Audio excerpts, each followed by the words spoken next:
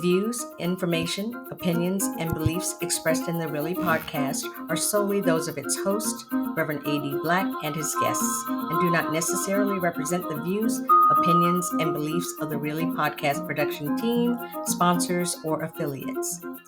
Any advertising incorporated into, reproduction, distribution, editing, or modification of this podcast without the expressed written approval of the Really podcast host is strictly prohibited.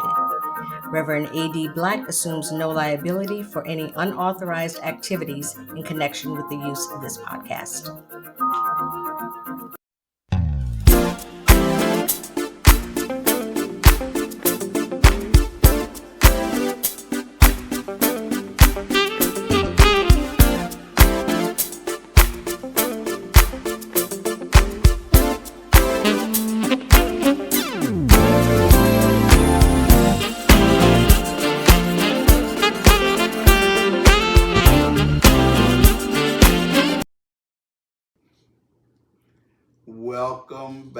Welcome back to Really, the podcast where we discuss topics and events that need some clarity.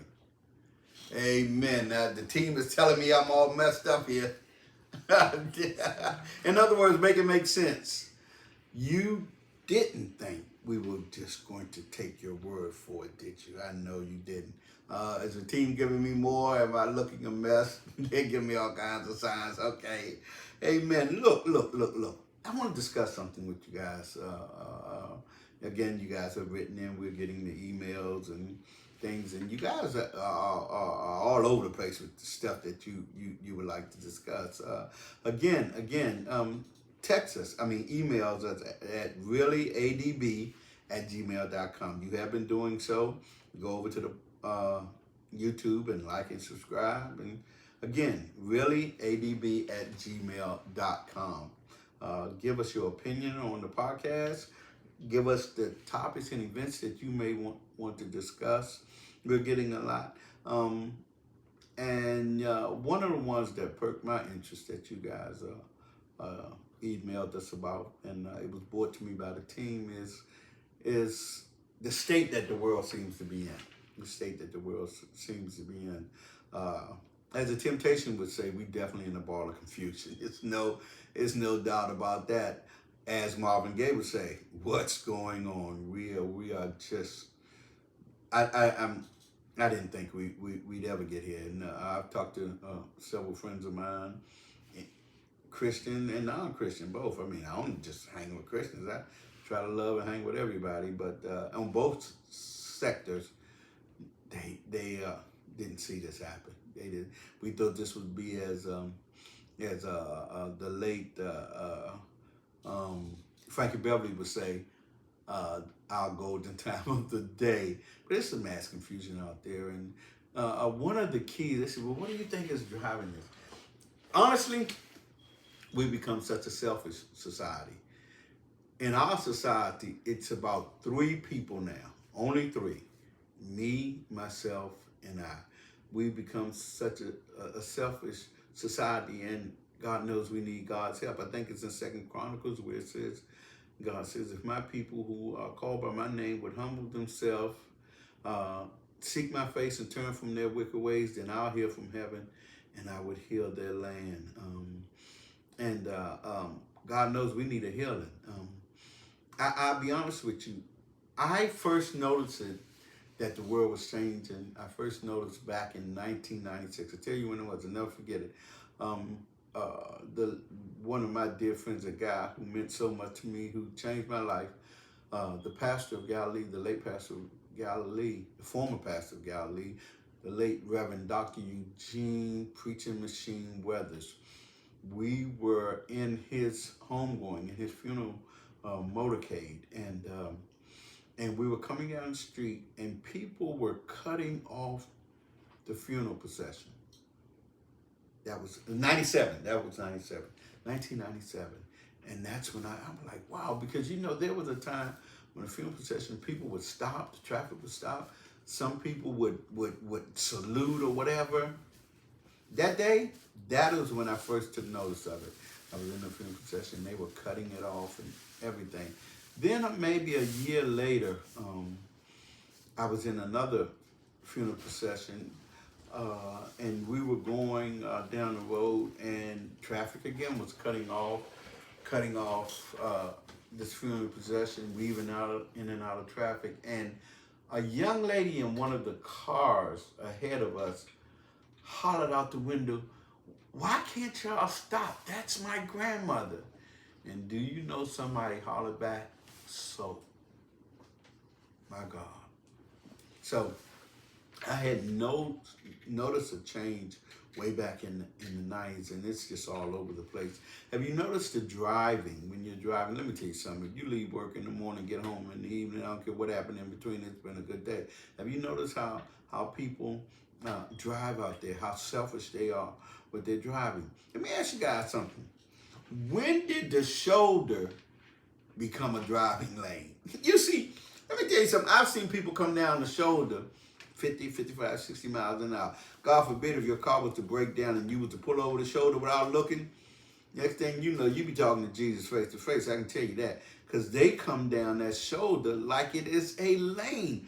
Then I see them coming down the shoulder and they try to time the light so that they come down and then jump over in the traffic. Or they come down the shoulder, make a right, come around and then, really? That's just where we are. As a matter of fact, this morning on the news, not to put a knock on them because I used to live in that area, but it's on the news and it is what it is. Indian Head Highway. Do you know Indian Head Highway is the deadliest highway in the state of Maryland? Listen to what I'm saying.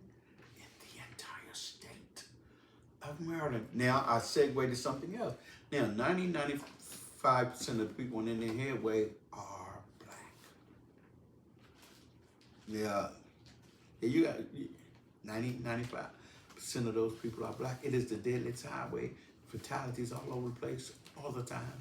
They said they have clocked people at 145 miles an hour and above on Indian Head Highway. And that's Prince George's County. And Prince George's County happens to be the richest black county, I believe, in the nation. I don't know if it still carries that theme, but it used to be the richest black county in the entire nation. Now, what any of that has to do with white people? That's us. That's us. But again, it's all over the place because out here in Northern Virginia, they do the same thing. I don't want you to think they don't. They drive just as crazy and just as reckless.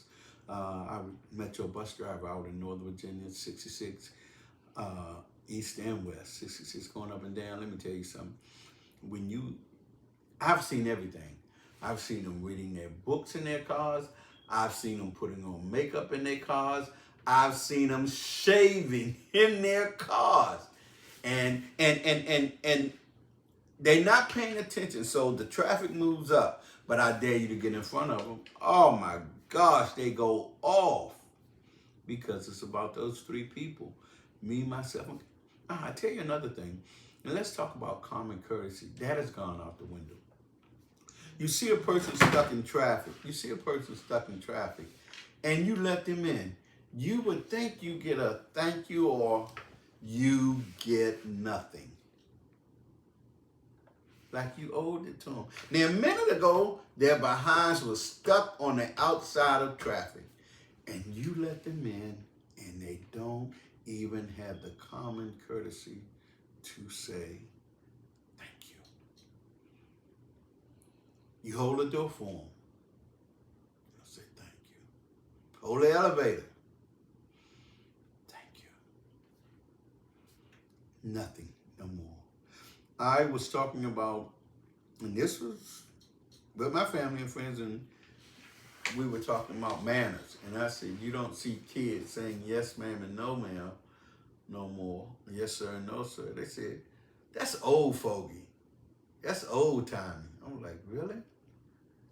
Yes, ma'am, and no, ma'am is old fogey. Then our kids, we don't teach our kids to say that, really. Even though you teach a kid to call you by your first name. Your kids are calling you Jim, Nancy, Tamika, really. Really, you don't have a problem with that, but you have a problem with them saying yes, ma'am. When the last time you had a young person say yes, ma'am, and yes, sir? Been a while, haven't? And when it does happen, it shocks you, doesn't it? Because you don't see it that often when it used to be the norm. Remember when you used to go to the sock hop, the basement party, and your parents used to say, "Let me tell you something. You go out here, you remember who you are. Don't you mess up our name. Don't you mess up our reputation." Times have changed now. When our kids leave, we say, "Just come back. Please, just come back. It's so rough out there. Just come back." What has happened to the decency in America? Let me tell you what we've done now, what we're doing now. Everything that God is for, we're basically against.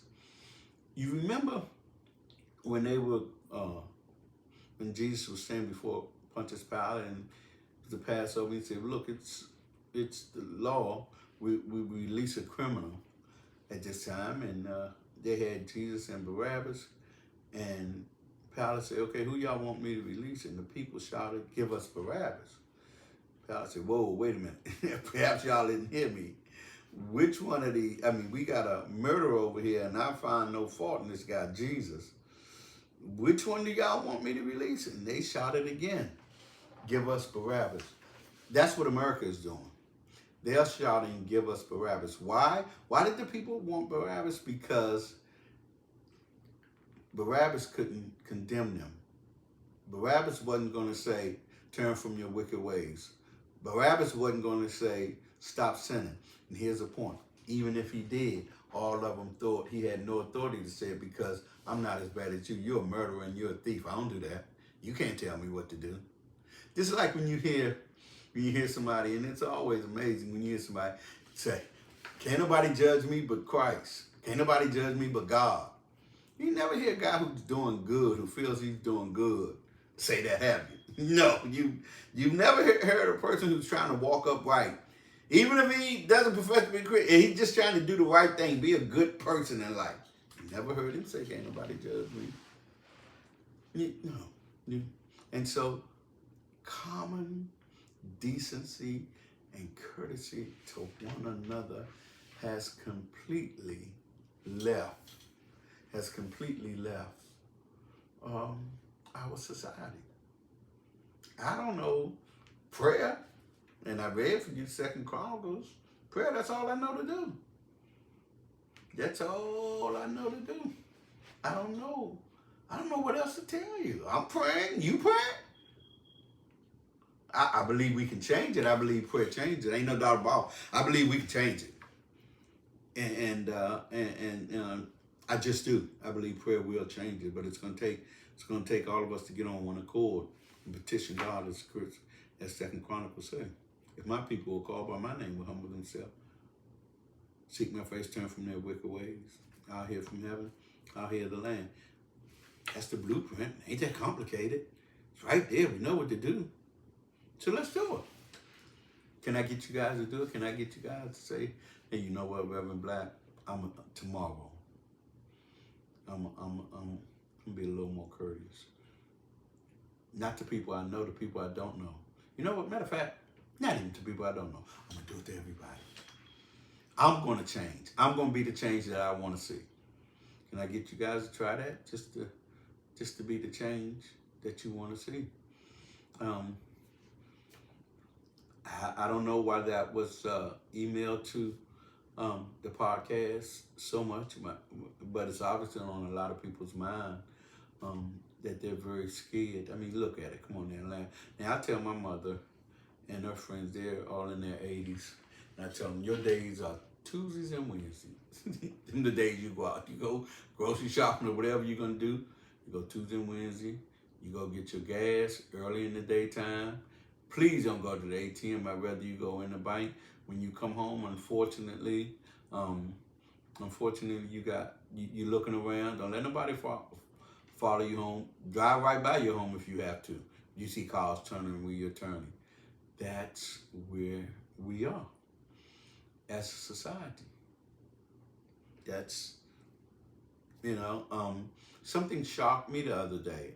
I was on my way to a business meeting, and it was early in the morning. It was dark, and a young lady was on the side of the road, and it appeared that her car had broken down. And I was coming down the highway, and I saw her on the side by the grass, and I slowed down, and it was a female, but I didn't stop. I drove by, and that thing messed me up so much, because when does a real man not get out and help a woman in distress? But I drove by, so I got to the light and I turned around. I just couldn't take it. I turned around and I came back up. And when I got back on that side, someone had stopped to help. Why was I so? Because you read all the time how somebody got out to help somebody, and then guys jumped out the bushes and robbed them. That's where we are. That men can't help women. If my wife, my sister, my mother caught a flat, I want a decent human being, a decent man to stop and help them. My God. But I'm talking about what happened to me. I ain't talking about what happened to nobody else. I was scared. I hesitated. Because of all the things I've read about how they setting you up to get you pulled over and then rob you, take your car and all that. That's really where we are as a society. How do you combat that? How do we change that around? There's no way a guy's supposed to keep driving. You see a woman over there who need her tire change, her car broken down or whatever it is. That's, and again, there ain't nothing I read about, nothing I heard. I did it, and I apologize. But thank God when I turned around, someone who wasn't as chicken as I was did stop and help that young lady. And I pulled behind it because you know why? I wanted to make sure no one was going to jump out on him. So I pulled behind the car and I put on my flashes and my high beam lights. And I tell you another thing that gets me. Why is everybody driving in the left lane going 10 miles an hour? Now, you see all the cars coming around you. You know. But now I'm going to give it to you. You may even be going the speed limit. You may. You may be right in that. But did you know this statistic? That 90% of road rage starts in the left lane. There's not a driver's test anywhere in America that tells you to pass on the right. You always pass on the driver's side.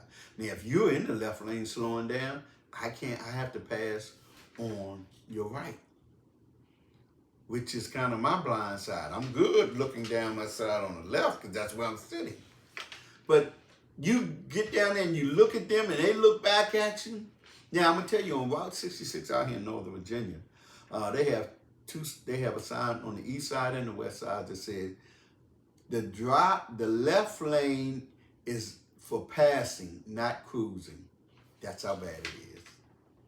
That they have big signs on Route 66 that says the left lane is for passing, not cruising. And you see it all the time. I tell my family, stay out of that left lane because that's where all your road rage starts, right there. Yes, you are going the speed limit, but you see those cars coming around you. So now what? They pass you, they say something to you, you say something to them, and as the young people would say, it is on. But you ain't got no pistol. Yeah, now just got a little more difficult, didn't it? All because, and here's the thing, it's 3 lanes. You could have gotten the middle lane or the right lane. Why are you over there in the left lane? Selfishness. That's where we are with those 3 people. Me, myself, and I don't care about nobody else. I just want to do what I want to do. God knows you know what, your mom and daddy didn't raise you like this. Come on now, stop it. We have to get it together. This selfishness has got to go because it's breaking us, it's killing us. We cannot make it divided. And another thing, this isn't selfish. I can't even put that in the category. It's a whole lot of cars out there on the highway. Just because I'm in transportation, so I'm always aware. Whole lot of cars out there on the highway. I dare y'all to do this. Look inside the cars as y'all going by. Everybody's in there by themselves. Where's the family? When the last time you seen a mother, father, and kids in a car? That's very rare. Now, you might see it on Sunday when they go to church. You might. But you don't see it. It isn't prevalent enough that you would notice. I mean, every 15 to 20 cars got a family in it. And everybody going to church. Everybody got separate cars. Come on, society. There's so many cars out there because everybody's in their own car. The cohesiveness of the family's not even coming together no more. They're not even going anywhere together. Dad's going one way, mom and the kids going way, or dad and this way, mom that way, and the kids that way. You don't see families in those cars no more. I saw something the other day, and it shocked me. The Wawas and stuff have the charging station. And it was about 11:30, 12 o'clock at night. And it was two women out there alone by themselves charging their cars. Wow. Really? Now, I didn't know how to approach it. I didn't know it. I mean, I don't want them to think, but I with cars had to get charged, so I don't know what to say, but 11:30, 12 o'clock, you out there by yourself? No, sweetie, I mean, that charging station was there all day. You might want to charge it in the daylight. 11:30, 12 o'clock and isn't a good a woman, please, it ain't a good time for nobody to be out there. And it was a nice car. The cars were nice because those are, they're electric vehicles, and all of them are nice and quite expensive. All of them are basically 50 grand or more. But two women went, and they went together. One was on one side and one was on the other side of the charging station. And they were charging their cars. It's not how it's supposed to be. Yeah. So, let's get it together. 2 Chronicles. My people are called by my name. We pray, humble themselves, turn from their wicked ways, seek my face. I'll hear from heaven. She said, I'm black, you quoting that wrong, you paraphrasing. I probably am. I probably am, but hopefully you get the gist of it. Thank you. But it's 2 Chronicles. You know what? I did it for a reason to make you read it. No, I really didn't. But read it for yourself. So you'll know what it says.